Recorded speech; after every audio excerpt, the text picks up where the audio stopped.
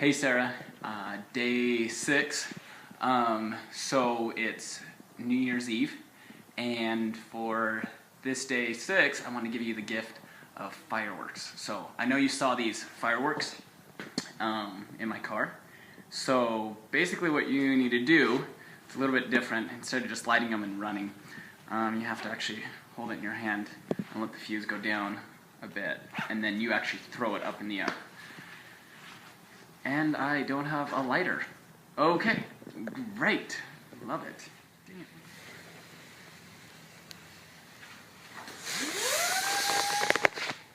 It goes too fast.